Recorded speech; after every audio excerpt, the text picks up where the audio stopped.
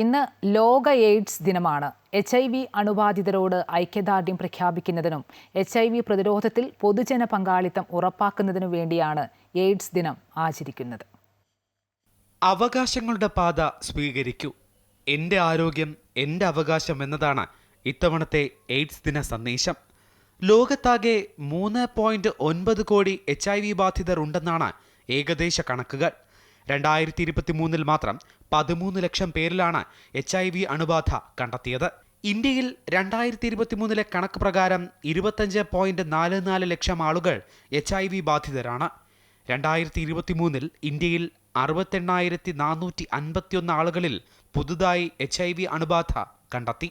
അതേസമയം HIV അണുബാധ താരതമ്യേന കുറഞ്ഞ സംസ്ഥാനമാണ് കേരളം. പ്രായപൂർത്തിയായവരിലെ HIV സാന്ദ്രത ഇന്ത്യയിൽ 0.20 ആണെങ്കിൽ അത് കേരളത്തിൽ 0.07 ആണ്. സംസ്ഥാനത്ത് 793 ജ്യോതിസ് കേന്ദ്രങ്ങൾ HIV കൗൺസിലിംഗിനും പരിശോധനയ്ക്കുമായി പ്രവർത്തിക്കുന്നു.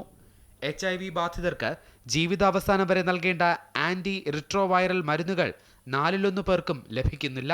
ലോകാരോഗ്യ സംഘടനയുടെ കണക്ക് പ്രകാരം ലോകത്തെ 3.99 കോടി HIV ബാധിതരിൽ 92 ലക്ഷം പേർക്കും ആന്റി റിട്രോവൈറൽ മരുന്നില്ല. വൈറസ് ഭേദമാകില്ലെങ്കിലും ജീവിത ദൈർഘ്യം കൂട്ടാൻ ഈ മരുന്നുകൾ കൊണ്ട് സാധിക്കും.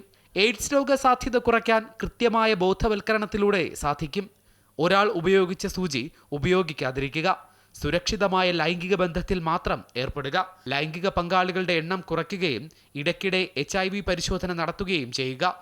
HIV പോസിറ്റീവാണെന്ന് കണ്ടെത്തിയവർ ഡോക്ടറുടെ നിർദ്ദേശപ്രകാരമുള്ള മരുന്നുകൾ എടുക്കുക തുടങ്ങിയവയിലൂടെ എയ്ഡ്സ് വരുന്നത് ഒഴിവാക്കാനാകും. എയ്ഡ്സ് ബാധിതരെ സമൂഹത്തിൽ ഒറ്റപ്പെടുത്താതെ അവരുടെ ആരോഗ്യത്തിനും സാമൂഹ്യ സുരക്ഷയ്ക്കും ഊന്നൽ നൽകാം. News desk, Amrita TV.